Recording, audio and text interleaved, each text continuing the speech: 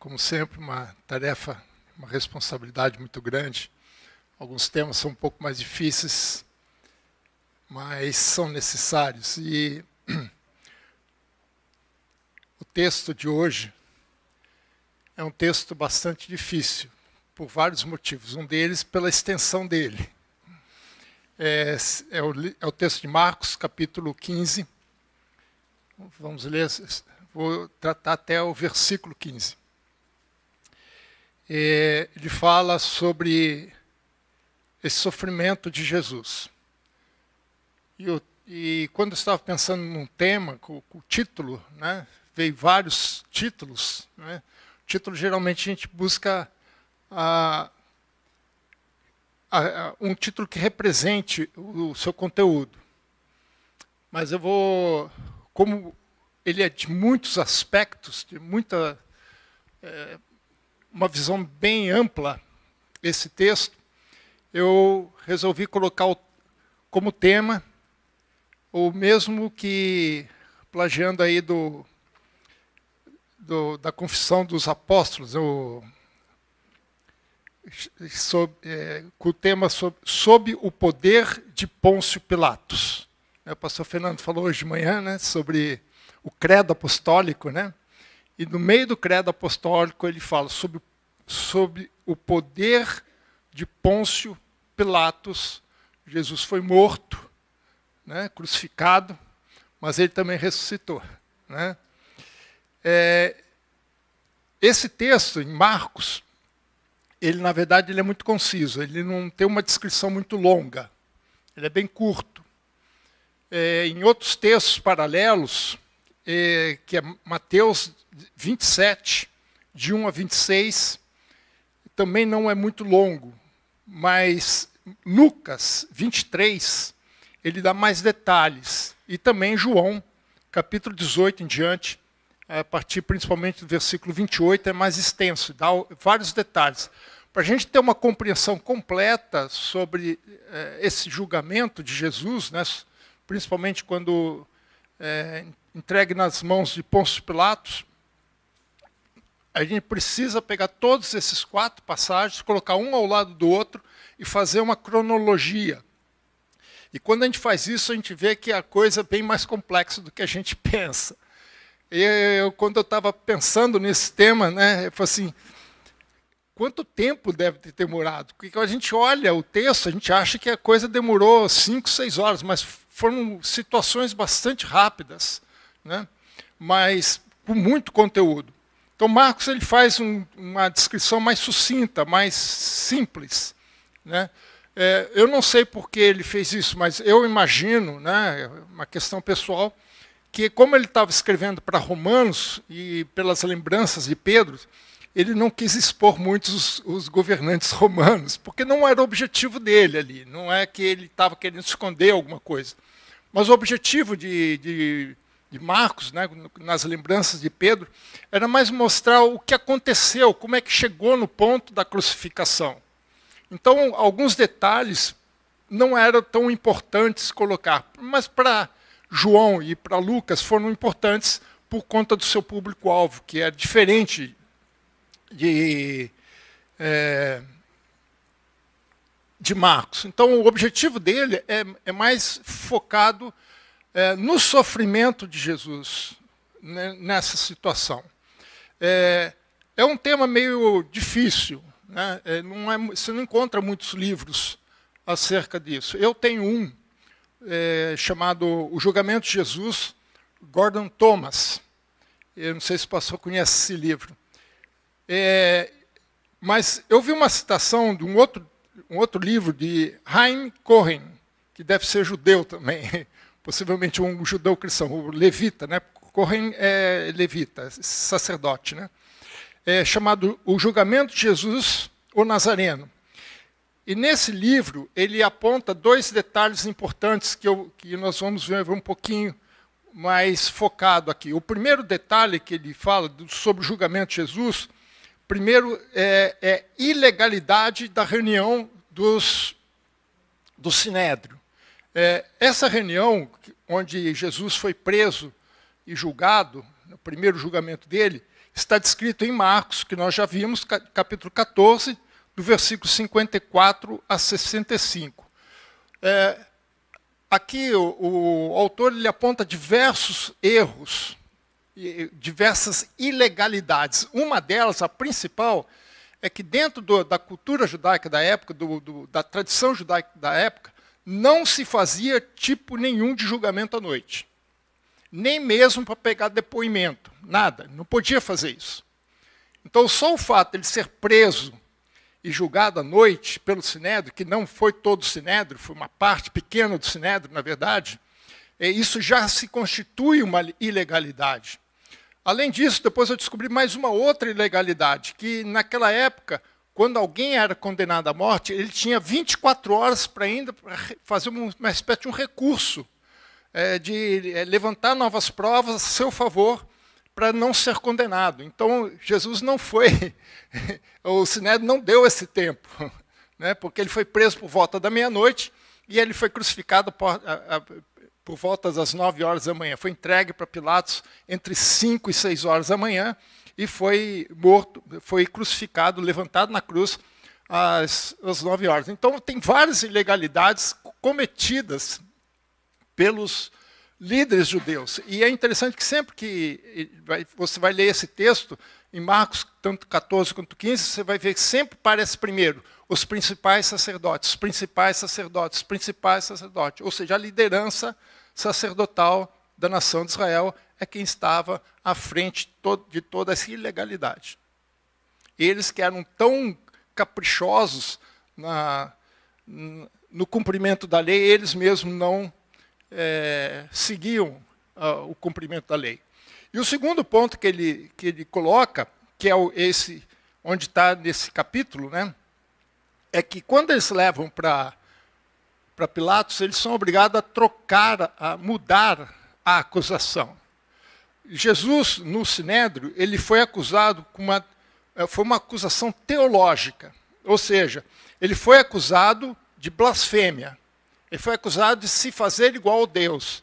E na lei de Moisés, quem fizesse isso, quem cometesse blasfêmia, ele era condenado à morte. Mas eles não queriam executar Jesus por conta da festa.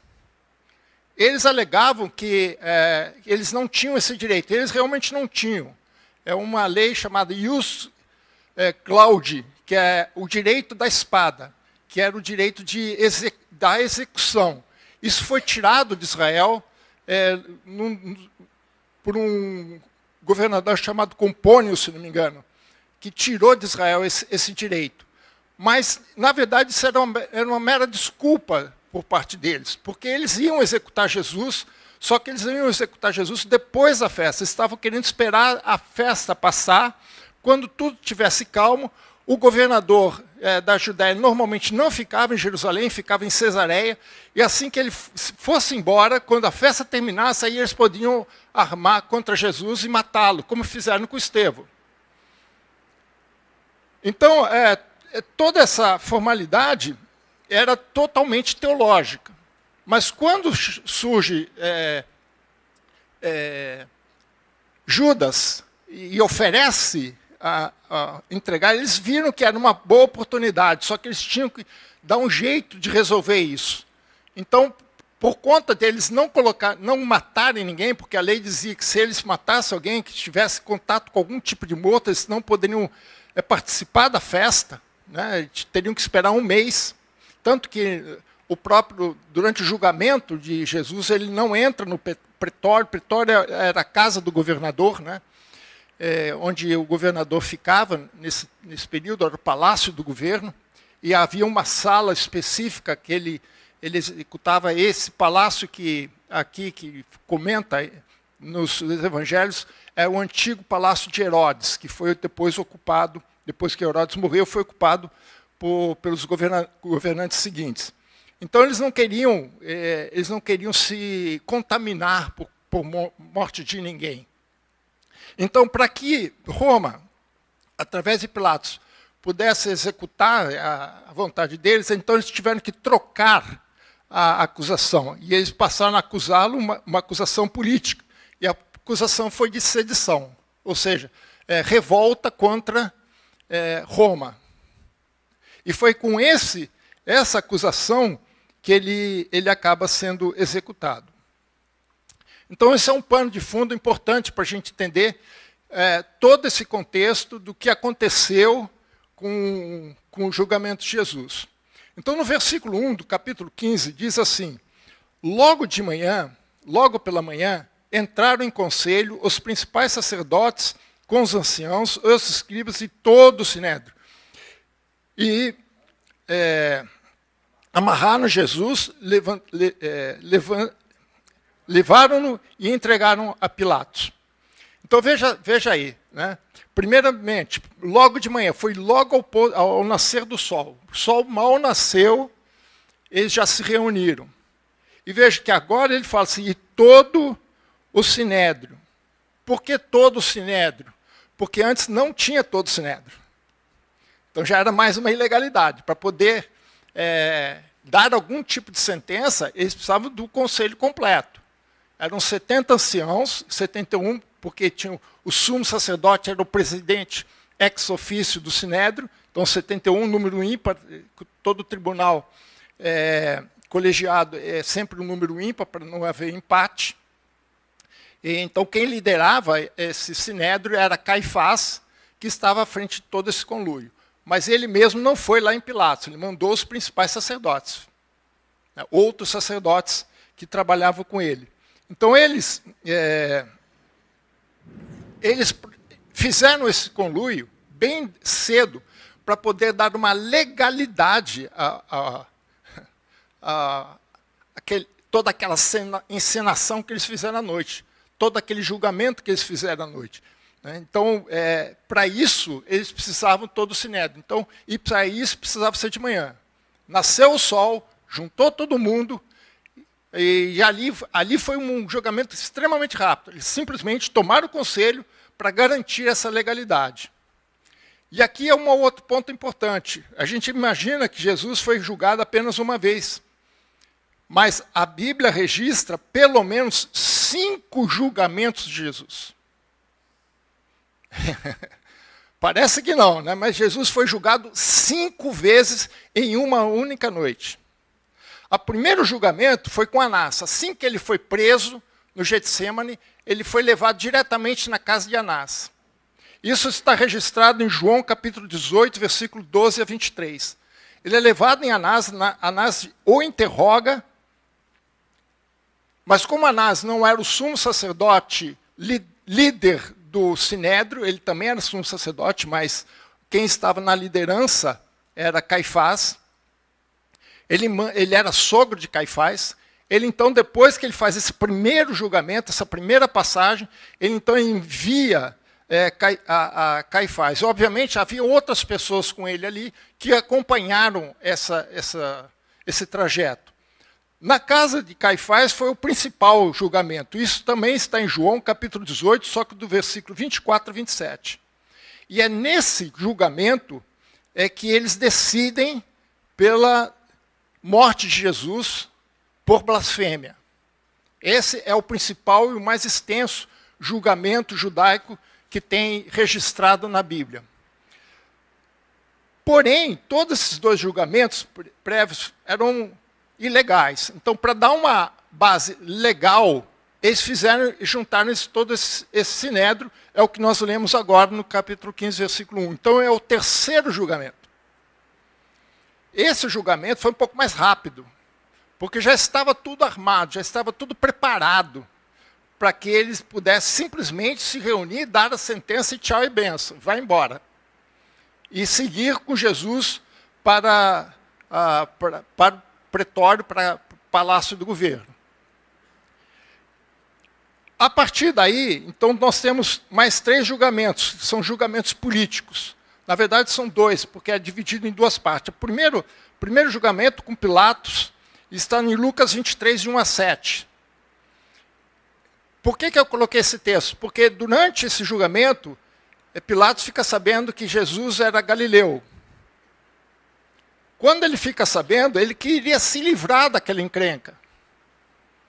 Então, o que ele falou assim, ele é galileu, ele sabia que Herodes estava na cidade. Então ele manda Jesus, toda aquela tropa toda para Herodes. Bom, você é galileu, que seja julgado pelo seu governante. E ele manda para Herodes. Esse julgamento de Herodes está em Lucas 23, de 8 a 12. Esse Herodes é o mesmo que condenou João Batista. É o mesmo.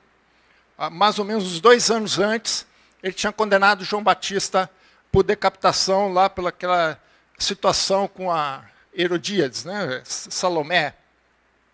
Esse é o mesmo de João Batista.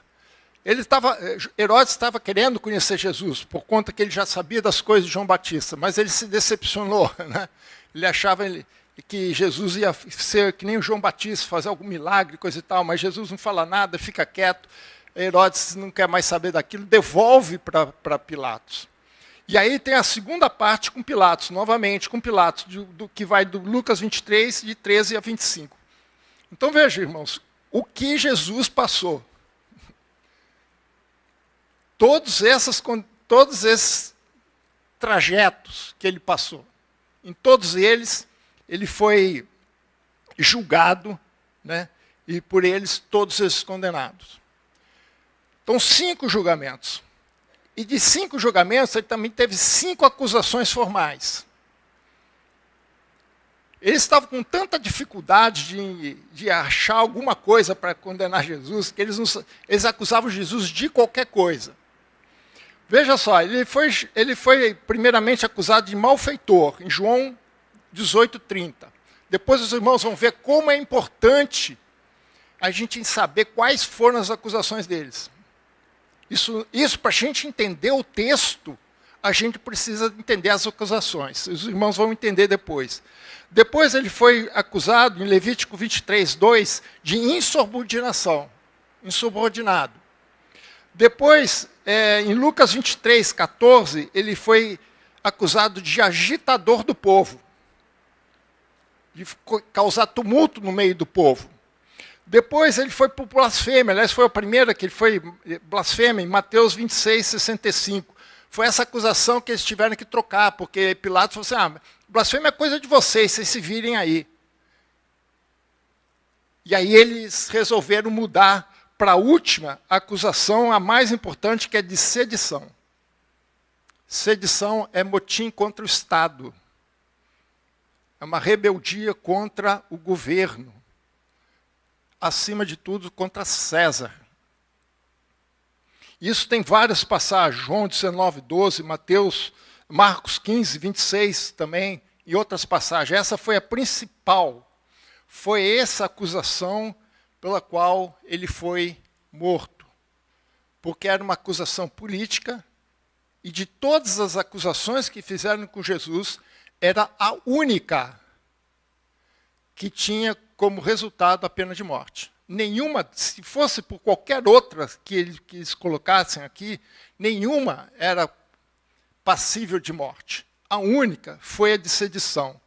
Por isso que eles foram acusados, que eles mudaram essa acusação. Tanto que na hora que Jesus é morto, né, sempre eles colocavam sobre a cruz a acusação, o nome do condenado e a acusação do condenado. Eles pregavam lá em cima a cédula que o pastor comentou, né, que Paulo fala que riscou a cédula, é essa acusação. E ele mandou colocar lá, Jesus o Nazareno, rei dos judeus. Então ele se fez rei dos judeus. Veja o capítulo 15, versículo 26. Versículo 26, Marcos 15, 26. E por cima estava em epígrafe a sua acusação, rei dos judeus. Essa acusação, todo mundo entendeu, era sedição. Era insurreição contra o rei. E essa foi a acusação que, além de tudo, satisfazia também os judeus. Eles também gostaram dessa acusação. Por quê? Porque essa acusação tirava a responsabilidade deles de reconhecer Jesus como Messias. Né? Mas essa acusação também demonstrava que eles estavam recusando Jesus como rei. E essa, irmãos, para mim é uma das piores situações que eles puderam, foi pior que eles fizeram. Porque essa acusação, ao mesmo tempo, havia uma reflexão não só política, mas espiritual. Veja comigo em João capítulo 19, versículo 15. Os reflexos espirituais dessa postura que esses sumos sacerdotes, tiveram. Veja o que ele diz aqui, João capítulo 19, 15. Eles, porém, clamavam, fora, fora, crucifica-o. Disse-lhes Pilatos, hei de crucificar o vosso rei? Responderam os principais sacerdotes, não temos rei. Não temos rei, senão César. Terrível, irmãos. Mas não se assustem. Não foi a primeira vez. Abra comigo em 1 Samuel 8, 7. Isso é histórico, irmãos. A rebeldia da nação, por isso que diversas vezes os profetas acusam a nação de ser uma nação rebelde. Veja o que ele fala em 1 Samuel 8, 7. Essa situação é quando a nação de Israel pede um rei. Samuel não gosta da ideia. E veja o que ele ora a Deus, e olha o que Deus diz para eles. 1 Samuel 8, 7. Disse o Senhor a Samuel, atende a voz do povo em tudo quanto diz, pois não te rejeitou a ti, mas a mim, para que eu não reine sobre eles. Então a implicação aqui é muito mais do que política, irmãos. Eles não estão simplesmente se livrando de uma pessoa. Eles estão admitindo que eles não querem que Deus reine sobre eles. Há outras passagens mais tão graves quanto essa, que eles chamam para si próprios a condenação de Jesus. Caia sobre nós o sangue dele. E diz mais, não só dele, mas dos seus filhos. Sorte deles que Jesus na cruz diz, perdoa os seus pecados, porque não sabe o que fazem. Tem outra passagem que o pastor Fernando sempre comenta, né? Se eles soubessem do que estava acontecendo na cruz, eles jamais teriam crucificado, teriam matado o Senhor da Glória. Eles não tinham uma dimensão do ato que eles estavam tomando, irmãos. Eles achavam que eles simplesmente estavam resolvendo um problema político, mas eles estavam definindo uma situação espiritual. E, irmãos, não era qualquer pessoa que estava fazendo isso. Era a liderança espiritual da nação de Israel. Eram os sacerdotes, eram os principais sacerdotes, liderados pelo sumo sacerdote.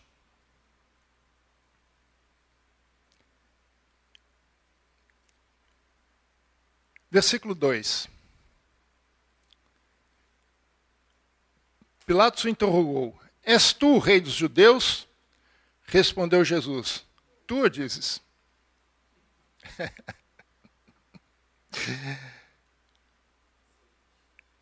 A gente precisa entrar um pouquinho na cena, né? Se a gente não entender isso. Pilatos, ele é um pouquinho irônico, né? Ele dá uma certa desprezada em Jesus, né? Porque quando ele recebe Jesus, primeiro que ele recebe, Jesus estava algemado, manietado. E ele já tinha sofrido na mão dos judeus. Ele já tinha apanhado. Ele não chegou lá com terno e gravata. Né? Hoje o pastor Fernando veio de terno e gravata, bonitão, né? Mas ele não chegou assim. Ele já tinha levado umas bufetadas na cara. Quando Pilatos olha aquilo, fala assim, o quê? Você é rei? Ele olha para Jesus. A gente precisa entender a cena, irmãos. Pilatos é o representante de Roma, ele é o representante do imperador. Ele foi nomeado por Tibério César. Ele governou 10 anos a Judéia. Ele olha para Jesus e fala assim, você é rei?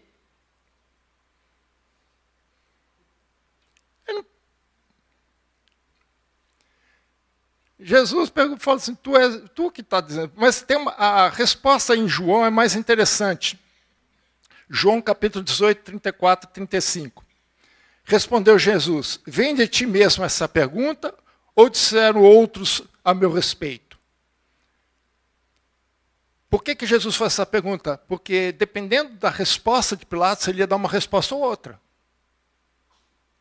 Ele queria saber, você que está querendo saber mesmo ou os outros que mandou você falar isso? Aí Pilatos fica bravo, meus irmãos. Aí replicou Pilatos, porventura sou judeu? A tua própria gente, os principais sacerdotes é que te entregaram a mim, olha, eles mesmos reconhecem, os principais sacerdotes te entregaram a mim. Aí ele amansa, que fizeste? Então, Pilatos está mostrando uma certa irritação com ele não está gostando muito da brincadeira. Ele estava entendendo o que estava acontecendo. Pilatos conhecia o povo judeu. Não era, ele já tinha um bom tempo ali, já conhecia como é que a situação era. Mas a pergunta de Jesus era pertinente, ele queria saber para poder dar a própria resposta. E aquela colocação de Pilatos deu orientação para Jesus na resposta, para que o que ele responderia. Veja o versículo, mesmo capítulo 18, versículo 36. Respondeu Jesus, o meu reino não é deste mundo. Se o meu reino fosse desse mundo, os meus ministros se empenhariam por mim, para que não fossem entregues aos judeus. Mas agora o meu reino não é daqui. Então, tu és rei? Sou, mas não o rei que você está pensando que eu seja. Não é isso. Veja o versículo, ainda continuando no versículo 37 de João 18. Então lhe disse Pilatos, logo tu és rei. Respondeu Jesus, tu dizes que eu sou rei. Tu dizes que eu sou rei. Eu para isto nasci e para isso vim ao mundo, a fim de dar testemunha da verdade. Todo aquele que é da verdade ouve a minha voz. O problema é que a pergunta de Pilatos, se ele era rei ou não, ele não especificou que tipo de rei que ele era. Mas Jesus, sim, respondeu que tipo de rei ele era. Os judeus estavam imaginando que Jesus fosse um rei político. Aliás, a ideia messiânica deles naquela época era isso. Eles queriam um rei messiânico que os livrasse de Roma. Mas, na verdade, muitos deles não tinham muita essa pretensão de se livrar, principalmente os saduceus, que era a maior parte dos sacerdotes. Os fariseus ainda queriam, os zelotes e outros mais, mas os saduceus não queriam muito. A coisa complicou. Versículo 3 de Marcos 15. Então os principais sacerdotes o acusavam de muitas coisas. Meus irmãos, quando a pessoa, isso eu já percebi isso por experiência, quando começa a ter muita acusação, é porque não tem acusação nenhuma. Acusa de uma coisa, não dá certo. Acusa de outra, inventa outra, inventa outra, inventa outra. Nós vimos aqui algumas dessas acusações, 5 acusações pelo menos. E vai fake news, né? vai inventando, aí isso, e aquilo, e aquilo. Isso, irmãos, foi desde lá com Anás, não foi só com Pilatos.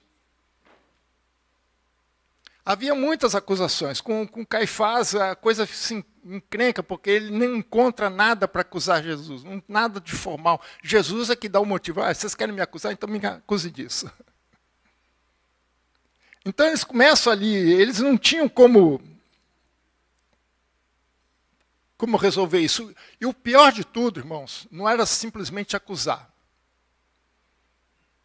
todo advogado sabe, né?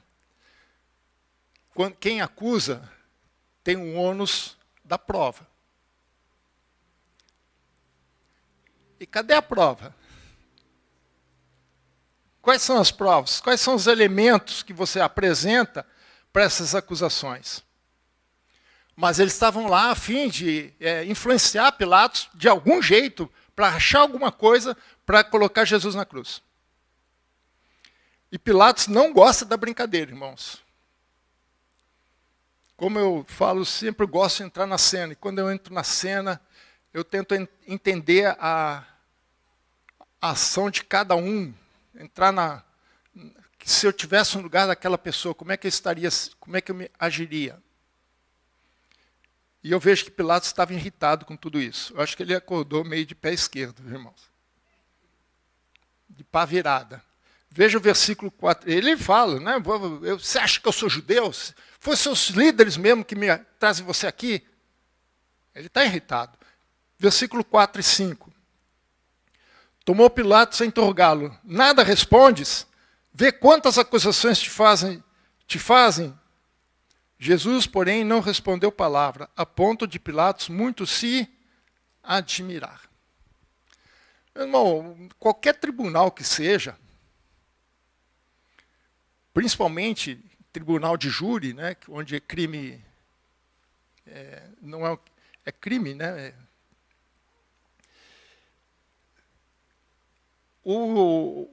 Quem mais quer falar é o acusado, quer se defender de qualquer jeito.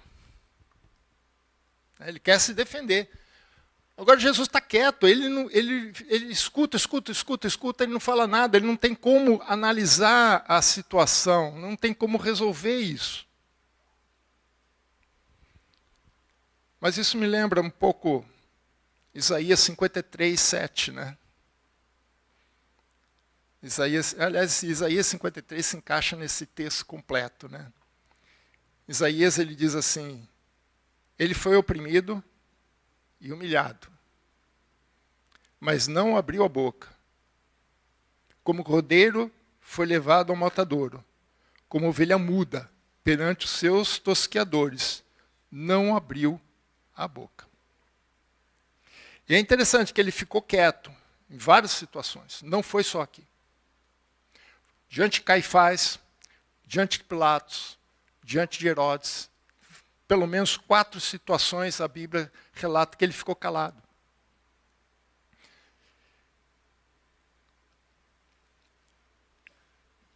E Pilatos não gostou muito disso, né? Às vezes responder alguma coisa não traz muito resultado, né? Em João 19, versículo 10, foi uma das poucas perguntas que Jesus respondeu, que Jesus não respondia a qualquer pergunta. É interessante porque aqui a gente vê um pouquinho o que realmente está acontecendo por trás das coisas. Pilatos, ele tinha uma noção completamente distinta do que Jesus tinha. Veja, capítulo 19 de João, versículo 10. Então Pilatos o advertiu: não me respondes? Não sabes que eu tenho autoridade para te soltar e autoridade para te crucificar? Pilatos tinha uma opinião muito elevada do seu poder. Ele se achava. Ele estava forçando Jesus. Responde, cara. Você não sabe que eu posso te livrar, dependendo do que você responder, eu posso te livrar. Essa semana eu estava escutando uma pessoa que participou daquele incidente com o casal Nardoni, né? E ele estava comentando que eles nunca admitiram que foram eles. Aí o entrevistador falou assim: mas eles não falaram? Eu falei assim: sabe por que eles falaram? Porque se eles não falam, eles não têm redução de pena. Então, às vezes, as pessoas falam, não é porque elas são convictas daquilo, mas porque quer reduzir a pena. Então, as pessoas falam, mesmo que seja mentira. E aqui era a mesma coisa. Jesus está sendo interrogado por Pilatos. Pilatos falou assim, você não responde? Eu posso te ajudar, cara. Eu posso te livrar. Eu quero resolver esse problema para você. O que você fala? Eu tenho autoridade para te livrar. Parece que ele era bonzinho, mas não era. Ele estava querendo se livrar do problema. Mas a resposta de Jesus colocou as coisas numa posição totalmente invertida, irmãos. Para quem estava sendo julgado por vários crimes, a resposta de Jesus foi totalmente inesperada. Veja que ele responde no versículo 11 de João 19. Respondeu Jesus, nenhuma autoridade terias sobre mim se de cima não te fosse dada. Por isso, quem me entregou a ti, maior pecado tem. Ou seja, Jesus põe as coisas na ordem certa, no seu devido lugar. Quem realmente tinha a autoridade, quem tinha o poder, quem tinha o controle? Pilatos achava que era ele. Jesus falou assim, não senhor, você não tem autoridade nenhuma, porque a única autoridade que você tem não vem de você, vem lá de cima. Se você tem essa autoridade, porque foi dado lá de cima, fica quietinho no teu canto. Quem é que está no controle?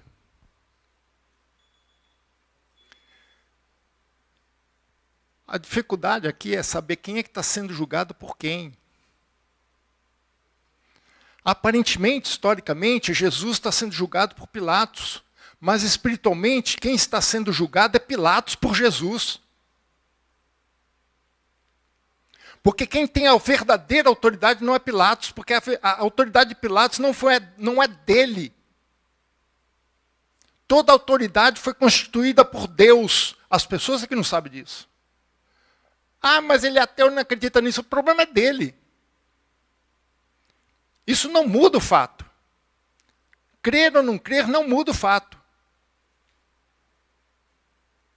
O fato é que toda autoridade sobre a terra foi instituída por Deus. E essas autoridades, se não exercerem a sua autoridade do jeito que Deus quer, eles vão responder por isso.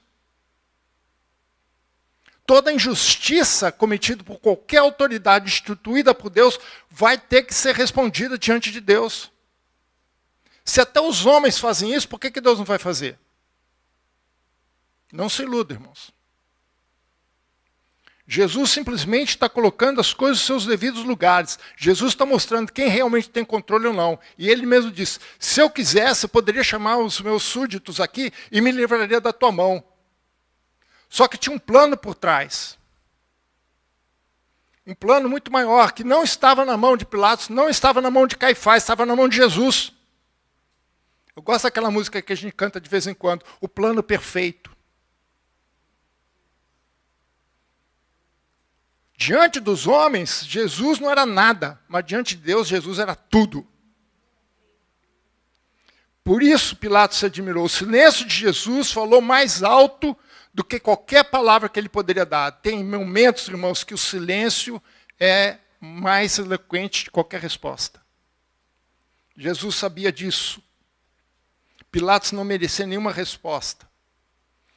Jesus só respondeu as perguntas relevantes que ele sabia que ele precisava responder, para colocar a casa em ordem. Na verdade, quem estava no controle era Jesus.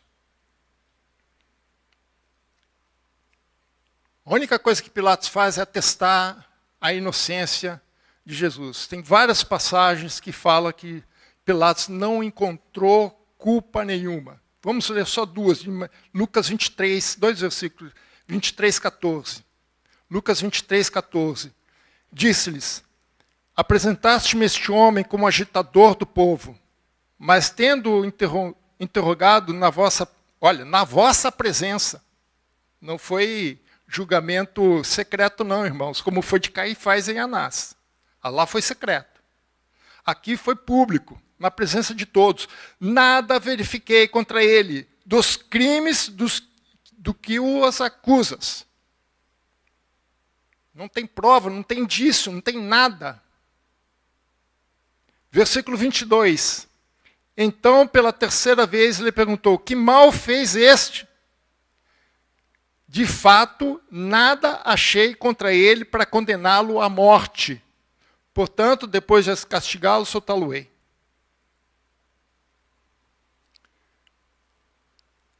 Parece besteira, né? Mas não é. Foi a coisa mais importante que Pilatos disse, de tudo que ele disse. Sabe por quê, irmãos? Se você abrir lá em Êxodo, capítulo 12, versículo 5, capítulo 12, versículo 5, capítulo 12 é a instituição da Páscoa. E quando ele fala assim, tem que morrer o cordeiro ou um outro animal, ele diz assim, o cordeiro será sem defeito. E quando os homens, os judeus iam para o templo sacrificar os animais, eles tinham que passar, o animal tinha que passar por um crivo dos sacerdotes. Daí que tem o bazar de Anás, aquilo que a gente já viu, que Jesus fez aquela tumulto, virou os cambistas. Porque se ele achasse algum defeito, falando, isso aqui não serve. Tem que trocar. E eles iam lá trocar com outros. Então ele tinha que ter selo de inspeção federal. Comprovar que ele não tinha defeito. E quem atesta isso? Pilatos. Não tem nada para condená-lo à morte. Ele é sem defeito.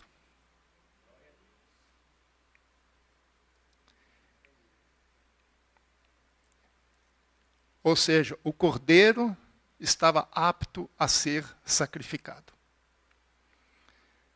Marcos 15, versículos 6 e 7. Ora, por ocasião da festa, era costume soltar ao povo um dos presos, qualquer que eles pedissem. Havia um chamado Barrabás, preso com amotinadores, os quais, em um tumulto, haviam cometido homicídio. Veja só, aqui tem alguns detalhes importantes, irmãos, para vocês entenderem a situação que Jesus está passando, que aqueles judeus estão fazendo. Qualquer que pedisse, ou seja, o povo é quem decidia quem ia receber o indulto. Toda Páscoa ele tinha o costume de dar indulto para alguma pessoa, algum prisioneiro. E quem escolhia não era o governador, era o povo. E eles escolheram quem? Barrabás. Quem que era Barrabás? Um amotinador e homicida que havia sido condenado à morte. Ele que ia na cruz, ele não era Jesus. Lembra que tinha 3? Foram 2, o terceiro era Barrabás. Ou seja, Jesus tomou o lugar de Barrabás. Uma curiosidade que me chamou muita atenção é o nome dele. Barrabás em hebraico é Bar-Abá. Bar é filho de, em aramaico, né?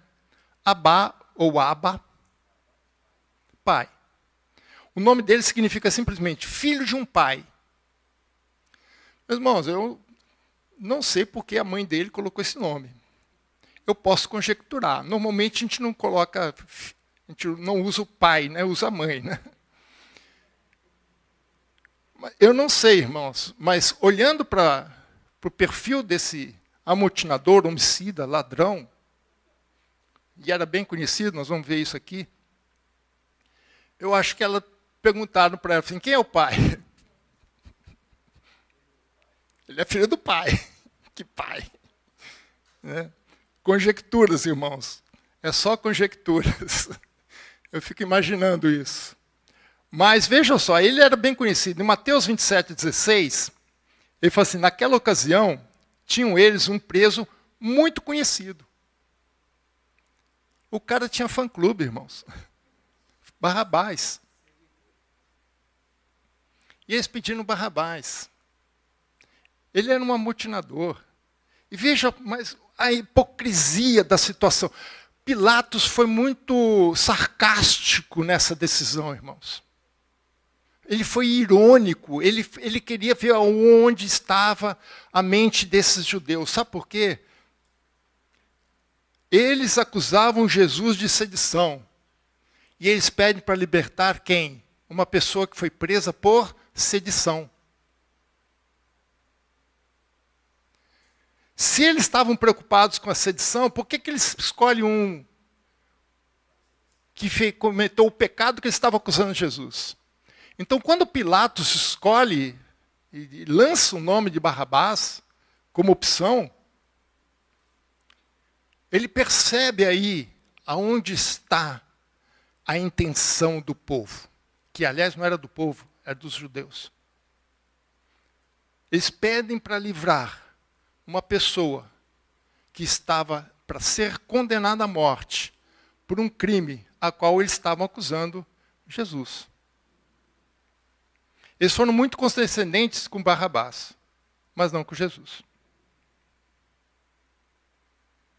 Versículo 8. Vindo a multidão, começou a pedir que lhe fizesse como de costume. É interessante, esse vindo a multidão, vindo é subindo, a palavra em grego é subindo.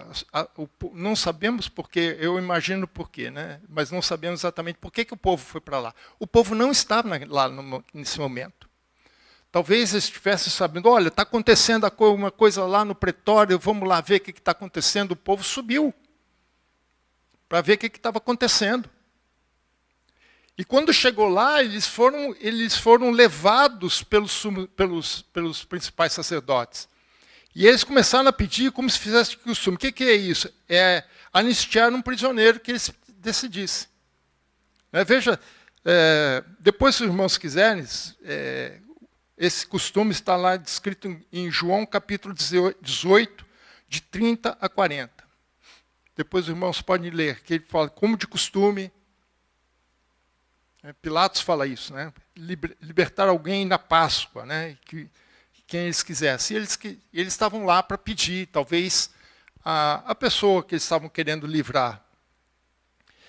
E aí, no versículo 9 e 10, Pilatos lhes responde, dizendo, queres que eu vos solte o rei dos judeus? Pois ele bem percebia que por inveja os principais sacerdotes lhe o haviam entregado. Nossa! Pilatos podia ser qualquer coisa, mas burro ele não era. Ele percebeu a jogada. E aqui, novamente, ele está sendo um tanto irônico. Ele está sendo um tanto provocativo. Vocês querem que eu... E ele ainda faz essa encenação. Ele é rei de vocês. O outro é um homicida, assassino, ladrão, salteador, talvez um zelote, alguma coisa assim, não sabemos. Mas ele sabia que era por inveja que aquilo estava acontecendo. Que a razão principal não era nada do que Jesus fez ou deixou de fazer. Eles tinham outra preocupação, por isso que eles não queriam que Jesus fosse rei. Eles queriam se livrar de Jesus. Pilatos percebeu isso, ele percebeu que ele estava sendo um joguete na mão daquelas pessoas. Veja o João capítulo 11, versículo 48. Essa é a razão principal por qual eles queriam resolver o problema com Jesus. João capítulo 11, 48. Se o deixarmos assim, todos crerão nele. Depois virão os romanos e tomarão não só o nosso lugar, mas a própria nação. Eles não queriam perder o poder, irmãos. Não queriam perder a boquinha. Não tinha nada de espiritual aqui, não tinha nada de proteger o povo contra falsos profetas. Tinha a pura intenção de manter o seu status diante de Roma. Só isso. Político tem essas intenções, não é de hoje, viu, irmãos? Intenção nunca é o povo. São interesses pessoais. Então, o que a gente vê por aí, irmãos, tem pelo menos 2000 anos. Né? A Bíblia registra isso. Versículo 12 a 14. Mas Pilatos lhes perguntou, que farei então deste a quem chamais o rei dos judeus? Eles responderam e clamavam, crucifica-o. Mas Pilatos disse, Que mal ele fez? Novamente. Mas ele não fez nada, não tem nada para condená-lo à morte. E gritavam cada vez mais: crucificam. Veja que Pilatos está tentando fazer. Ele está tentando empurrar a responsabilidade de todo aquele incidente, de toda a decisão, para o povo. Vocês decidam. E ele tirou dele. Ele falou: olha, ele não fez nada de mal, nada para condená-lo à morte. Então decidam vocês. Eu falei: decidam, nós decidimos, crucificam. Pilatos podia fazer muita coisa, mas não fez. Pelo contrário, ele se deixou levar. Ele foi na maré. Veja o versículo 15. Então, Pilatos, querendo contentar a multidão. Demagogia pura. Nunca vi isso na minha vida. Querendo contentar o povo, soltou de Barrabás e, após mandar açoitar Jesus, entregou para ser crucificado. Bela decisão, né? O objetivo de Pilatos era evitar o tumulto. Ele não queria confusão para ele. Ele não estava preocupado em fazer justiça, mesmo reconhecendo a inocência de Jesus. Mesmo assim. Mas a culpa maior, irmãos, como Jesus mesmo disse, não foi de Pilatos. A gente até entende um pouco, porque Pilatos era romano, tinha outra cultura, outro pensamento, tinha outra preocupação. Mas o problema foi dos líderes judeus, a liderança espiritual do povo. Por isso, cuidado com os líderes espirituais.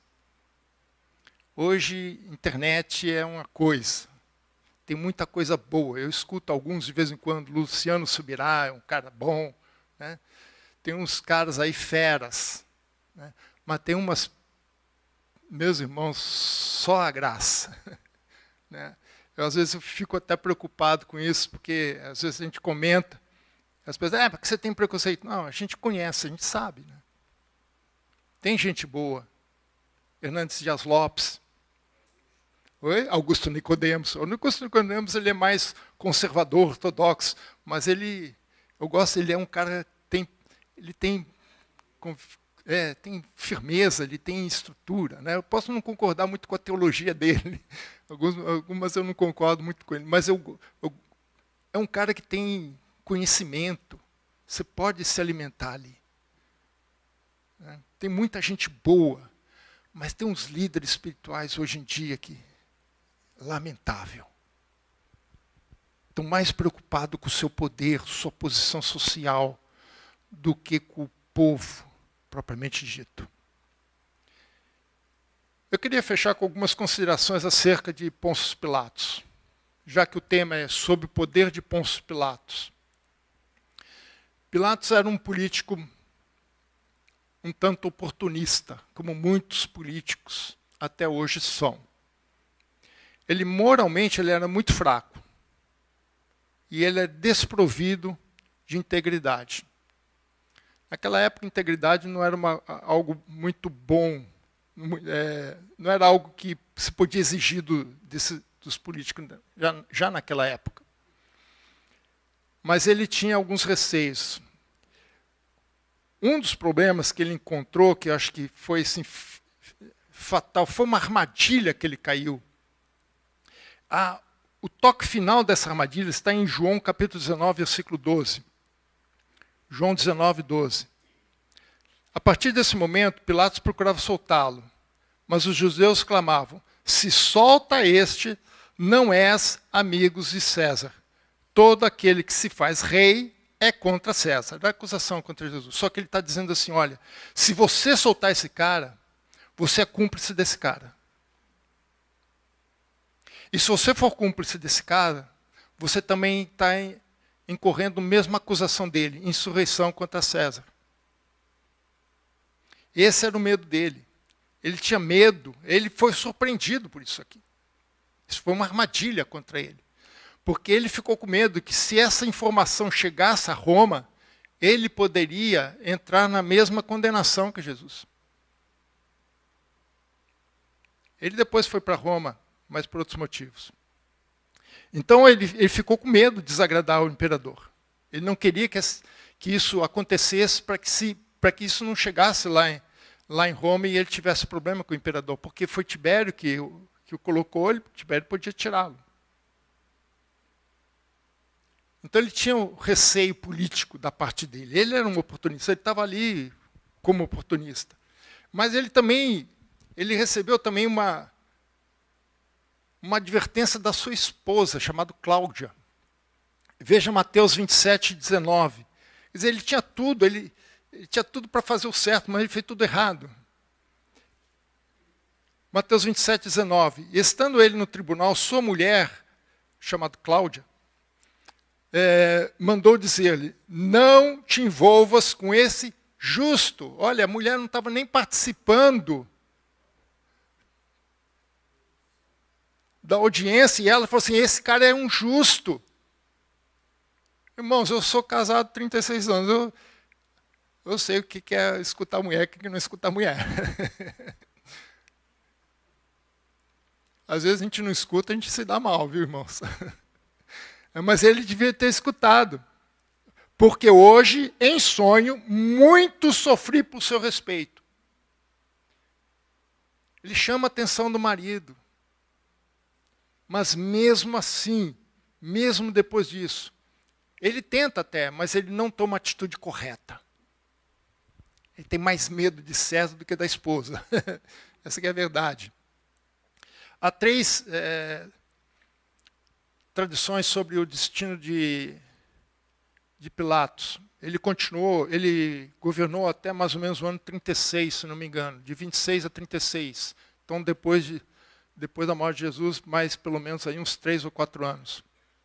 Ele foi chamado de volta para Roma por um incidente que aconteceu na região de Samaria, um pouco mais ao norte.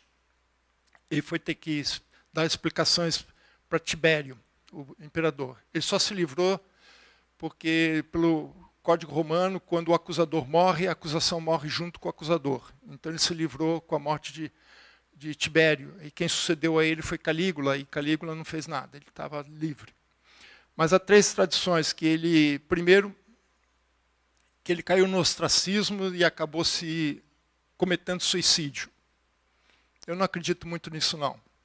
Mas há uma tradição sobre isso.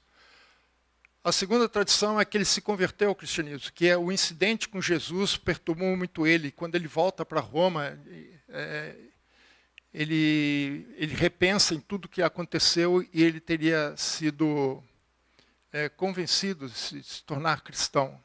Existem 2 tradições muito concretas, que a esposa dele foi canonizada pela Igreja Romana e ele foi considerado também santo pela Igreja ortodoxa, não católica. Então, talvez tenha algum fundo de verdade. Não sei. Não tenho. Eu acredito mais na terceira, que ele foi, assim que ele se livrou das acusações, ele saiu da vida pública e se retirou e deixou a vida, deixou a política e foi viver a sua vida. Esse eu acho que é a mais provável que aconteceu. Mas o final de tudo, irmãos, que eu acho mais importante, está em Mateus 27, 24. Que é uma das cenas mais relevantes em relação a toda essa situação. Vendo Pilatos que nada conseguia, ele tentou algumas vezes, isso é fato. Ele não teve força, não teve sabedoria suficiente para lidar com a situação. Mas o texto diz que ele nada conseguia, ele tentou de várias formas, mas nada conseguia. Antes, pelo contrário, aumentava o tumulto, mandando vir água, lavou as mãos perante o povo, dizendo, estou inocente do sangue deste justo, fique a causa convosco. Por que ele tenta tudo, irmãos? Porque ele percebe que tem erros ali. Mas o sumo sacerdote usou o povo para incitar o povo. O povo foi incitado pelos sacerdotes contra Pilatos. Então houve uma armadilha ali contra Pilatos, e Pilatos não conseguiu resolver isso. E a única coisa que ele pôde fazer é demonstrar a sua indignação lavando as mãos. Daí que vem essa tradição, lavou as mãos. Mas, irmãos, as mãos de Pilatos ficaram limpas, mas a sua culpa não. Lavar a mão, empurrar a coisa para o outro, não o isenta da sua responsabilidade como governante diante de toda aquela situação. E a partir daí, um homem que reconhecidamente, por ele, era inocente, foi condenado à morte. E um culpado foi libertado da morte. Esse foi Jesus sob o poder de Pôncio Pilatos. Amém?